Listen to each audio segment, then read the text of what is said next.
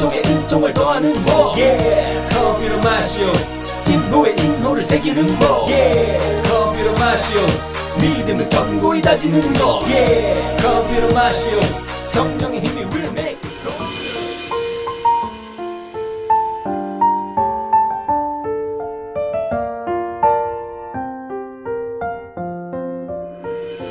오소서 성령님 주님의 빛 그 빛살을 하늘에서 내리소서 가난한 이 아버지 오소서 은총 주님 오소서 마음의 빛 가장 좋은 위로자 영혼의 기쁜 손님 저희 생기 돋우소서 일할 때 휴식을 무더위에 시원함을 슬플 때 위로를 영원하신 생명의 빛 저희 마음 깊은 곳을 가득하게 채우소서 주님 도움 없으시면 저희 삶에 그 모든 것 해로운 것뿐이리라 허물들은 씻어주고 메마른 땅물 주시고 병든 곳을 고치소서 굳은 마음 풀어주고 차디찬 맘 데우시고 빗나간 길 바로소서 성령님을 굳게 믿고 의지하는 이들에게 성령칠은 베푸소서 독행 공로 쌓게 하고 구원의 문 활짝 열어 영원 복락 주옵소서 아멘.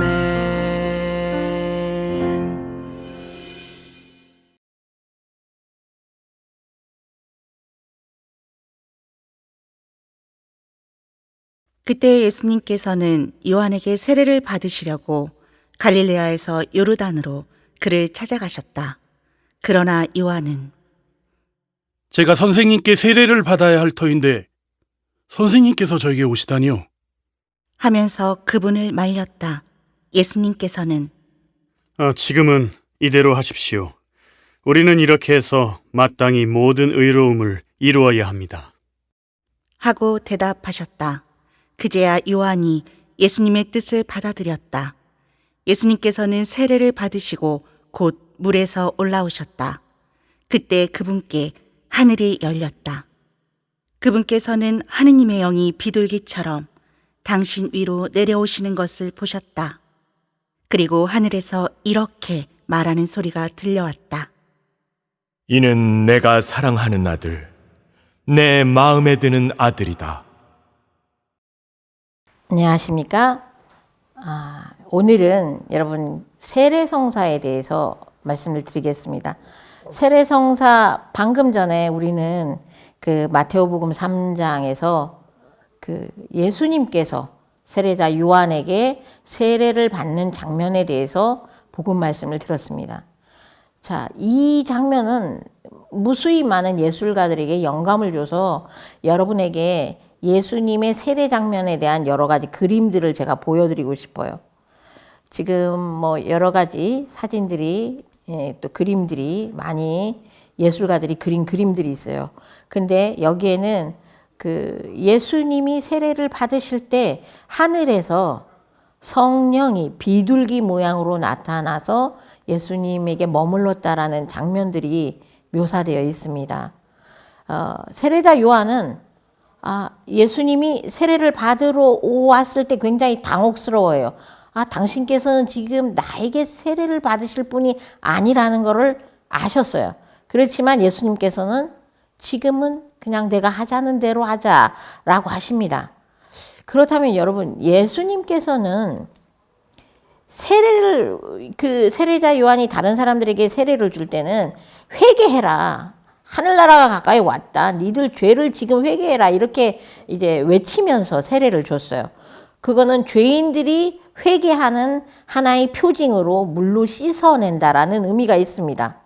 근데 죄인이 아니신 예수님께서 왜 세례를 받으신 걸까요? 뭐 제가 개인적으로 좋아하는 그림은 지금 이 한국 작가가 그린 운보 김기창 선생의 예수님의 세례 장면이 있습니다. 천사들 대신 하늘에 선녀들이 나타나는 건데 굉장히 저는 여러 가지 세례 그림 중에서도 이 그림이 참 마음에 들어요. 그러면서 예수님이 정말 다른 사람들처럼 막 벌거벗은 몸으로 이 세례자 요한에게 세례 받는 이 장면은 정말 우리 보통 인간과 다를 바 없이 왜 이런 세례를 받으셨을까? 그런 생각을 가지게 합니다. 그러면 일단 그 궁금증을 접어두고 세례성사의 의미에 대해서 먼저 얘기할게요. 세례성사는 새로 태어난다라는 의미가 있습니다. 왜? 죄인이었던 나는 물속에 빠뜨려져서 죽은 거예요. 죄인이었던 나는 물에 빠뜨려진다라는 게 뭐냐면 나의 죽음을 체험해 보는 겁니다. 물속에서 여러분 몇 분이나 숨을 참을 수 있으세요? 뭐 해녀 삼촌들도 아마 몇 분 못 하실 거예요. 근데 물속에서 정말 숨이 턱까지 차오를 때까지 한번 잠겼다가 물 밖으로 나오는 사람은 새로운 숨을 쉴 수 있는 거예요. 새로운 생명. 그 생명이 정말 소중하다는 것을 극한으로 느낄 수 있는 게 물속에 빠뜨려지는 것입니다. 즉 새로 태어난다라는 의미가 가장 강렬한 게 세례성사예요. 그리고 우리는 세례명을 짓고 세례성사를 받습니다. 그것은 새 이름으로 살아간다는 거예요. 새 이름으로. 과거에 나는 사실은 물에 빠져서 죽고 죄인이었던 나는 이미 죽었고 하느님 자녀로 새로 태어난 내가 새 이름으로 살아간다. 이 의미가 세례성사에 있습니다. 그리고 그 세례성사의 의미가 하느님과의 일체예요. 그리스도 몸의 일부분이 되는 것입니다. 우리는 교회 안에서 그리스도 몸의 일부분. 나는 내 하나가 잘못되면 그거는 예수 그리스도에게 그 잘못이 한 몸덩어리이기 때문에 옮겨가고 그분에게 누가 되거나 그 예수 그리스도의 한 몸을 다치게 하는 것과 똑같아요. 나 하나의 잘못된 삶은. 그러면 솔직히 여러분 내가 새끼손가락만 다쳐도 내 몸이 얼마나 아픈데 그죠? 손톱 밑에 가시만 박혀도 내가 얼마나 아픈데 내가 잘못 삶으로 인해서 예수 그리스도의 한 몸의 일부가 되어 있는 나의 삶이 망가짐으로 해서 예수 그리스도께서 아파하시게 되는 결과를 초래합니다. 그래서 세례성사는 하느님과의 완벽한 일치예요. 빛의 자녀로서 세상의 어둠을 물리친다라는 의미도 있습니다.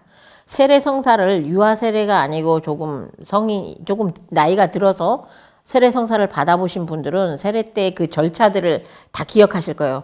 앞으로 몇 번씩 나가잖아요. 처음에 뭐 성수를 붓고 그다음 뭐 하얀 미사포를 쓰고 그다음 뭐 도유 받고 뭐 이렇게 빛의 촛불을 받고 이 모든 단계가 다 의미가 있어요. 다 죄를 씻는 의미, 하느님과의 일치, 그리고 빛의 자녀로 살아가라는 거, 그리고 순결하게 살아가라는 모든 의미들이 함축되어 있는 게 세례성사입니다. 근데 그 세례성사를 예수님께서는 왜 받으셨을까요? 안 받으셔도 되는 분 아닌가요? 죄인이 아니신데. 예수님께서는 본인이 죄인이 아니심에도 우리들에게 먼저 가는 길을 보여주신 거예요. 나를 따라와. 이렇게. 나처럼 이렇게 해야 돼. 라는 거를 보여주신 거예요. 세례자 요한은 말했습니다. 예수님께서는 자기 뒤에 오시는 분이지만 자기 앞에 이미 원래 계셨던 분이라고 했었어요. 그런 분이 즉 하느님이신 걸 아셨는데도 세례를 받으러 오셨을 때 세례자 요한도 겸허히 그분 뜻에 따릅니다. 그분이 세례를 받으실 필요가 없으신 분이란 걸 알지만 하느님의 뜻에 순종을 합니다. 즉 예수님께서는 본인이 세례를 받으심으로써 우리 인간들에게 세례를 왜 받아야 하는지, 세례는 이렇게 순종하는 마음으로 받아야 된다는 것을 표현해 주신 거예요. 직접 몸소 보여주신 거예요. 그리고 그 몸소 보여주신 행위가 바로 하늘에서 성령이 비둘기 모양으로 나타나 함께 하시는 걸 또 보여주신 것입니다. 세례성사는 굉장히 중요한 성사인데 세례성사의 순서에 대해서 잠깐 짚어볼게요. 유아 세례를 받은 친구들은 별 기억이 없을 거예요. 뭐 엄마 품에 안겨서 울다가 끝났을 텐데 세례성사를 받으실 때 어른들 중에는 우는 분들이 참 많아요. 왜냐하면 죄인이었던 과거의 자신에 대한 어떤 그 회한과 후회와 또 기쁨, 이게 슬퍼서만 우는 게 아니에요. 기뻐서 우는 그 복합된 눈물이 있습니다. 이마에 성수를 붓고 또 혹은 아예 침수를 하는 것은 아까 말했듯이 새 생명으로 태어난다는 의미를 갖고 있습니다. 그리고 크리스마 성유로 이마에 인호를 새기는 작업이 있습니다. 드디어 우리는 하느님의 자녀로서 거룩한 존재가 되었다는 것입니다. 인호에 대해서 잠시 뒤에 설명을 드리겠습니다. 하얀 미사포를 씌우는 게 있습니다. 이거는 순결한 상태로 영원히 간직하겠다는 것입니다. 순결한 상태로. 남자 신자분들도 세례를 받을 때 하얀 미사포를 씌우는 동작이 있습니다. 여자들만 흰 미사포를 쓰는 건 아니에요. 그리고 촛불을 켜서 대모님, 대부님이 대자녀에게 이렇게 넘겨주는 의식이 있습니다. 이것은 빛의 자녀로서 세상의 어둠을 물리치면서 살아라라는 뜻이에요. 그래서 신앙의 멘토가 되는 대부모가 대자녀에게 빛을 전달해 주는 것입니다. 너희들도 나를 따라와. 그래서 사실 여러분 세례 성사를 받을 때는 세례를 받는 분만 중요한 게 아니에요.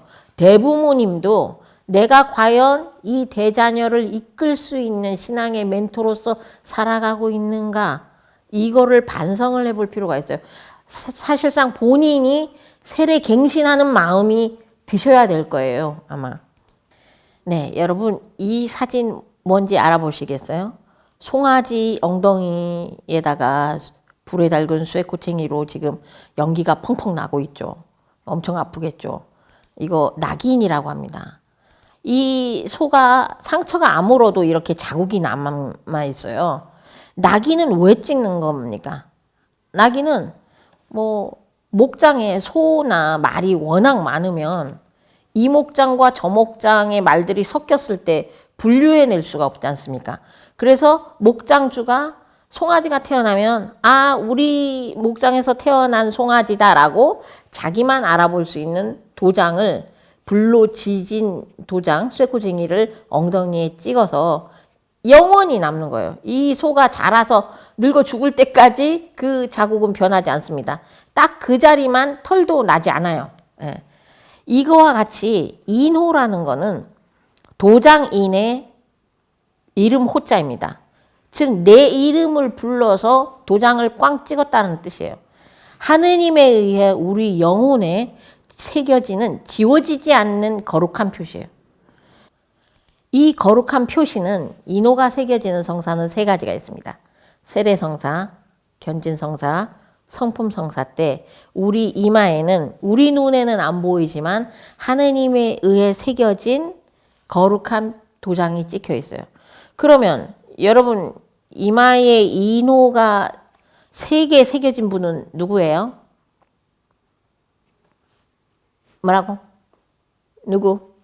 네, 신부님. 네, 신부님은 세례성사, 견진성사, 성품성사를 다 받으신 분이기 때문에 이마에 인호가 3개 새겨진 분이죠. 이럴 때 아쉬워요. 여러분, 저는 뭐 예쁜 문방구를 보거나 특이한 기념품을 보면 여러분에게 퀴즈를 내고 퀴즈를 맞출 때마다 상품으로 주고 싶은 마음에 모아놓은 게 있어요.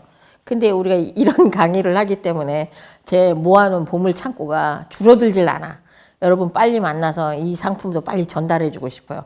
그러니까 퀴즈 열심히 선생님이 낼 때마다 거기서라도 말해요. 그러면 제가 어디선가 들어서 언젠가 만나면 상품 줄지도 몰라요. 자, 그러면 여러분 영혼에 새겨진 지워지지 않는 거룩한 표시라고 했어요. 그러면 이렇게 3개 인호가 새겨진 신부님이 아니실 때 그러면 인호 하나가 없어지나요? 그렇지 않습니다. 신부님이 설령 신부님이라는 직분을 벗어난다고 해도 이 인호는 사라지지 않아요. 그래서 예를 들어 어떻게 될까요? 교통사고가 났어. 아주 위급한 상황에 처한 이제 목숨이 경각에 붙어 있는 사람 옆을 지나가는 어떤 사람이 과거의 신부님이었어. 지금은 신부님이 아닌 세속으로 돌아가신 분이라 할지라도 이 세속으로 돌아간 옛날 신부님이 이 죽음이 임박한 이 사람에게 병자성사를 주었다. 그러면 이거는 여러분 올바른 일입니까? 어떻게 생각하십니까? 네, 이거를 불법적이지만 유효하다라고 합니다. 즉 사제의 직분이 아니신 분이 병자성사를 주었지만 병자성사를 받는 이 사람에게는 유효한 성사예요. 그래서 인호가 새겨진 분은 결국 영혼의 그 본질이 딱 사제로서 변화되지 않았기 때문에 사실은 사제라는 직분을 벗어났음에도 불구하고 이분이 이 병자성사를 준 거는 그 병자성사를 받은 분에게는 유효한 행위가 됩니다. 이게 인간들이 이제 만든 거에 의해서 불법이며 이런 복잡한 말들이 붙지만 그래서 인호는 그래서 중요한 거예요. 새겨진 게 변하질 않아. 그리고 인간의 본질에 작용하는 거기 때문에 나의 거룩함이 변하지 않아요. 그래서 세례성사를 받은 여러분은 그 자체로서 이미 거룩한 존재들이라는 것입니다. 여러분 세례성사가 얼마나 중요한 성사인지 그래서 입문성사 중에서도 제일 첫손에 꼽는 거 예수 그리스도께서 몸소 표징을 보여주셨다는 점에서 굉장히 중요한 게 세례성사다. 이런 거를 오늘 이 강의 시간에 잘 유념해 주시기 바랍니다.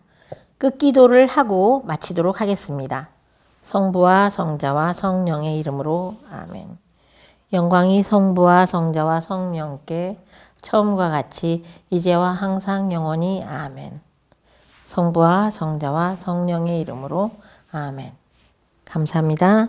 은총에 은총을 더하는 법 커피로 마시오 인호에 인호를 새기는 법 커피로 마시오 믿음을 견고히 다지는 법 커피로 마시오 성령의 힘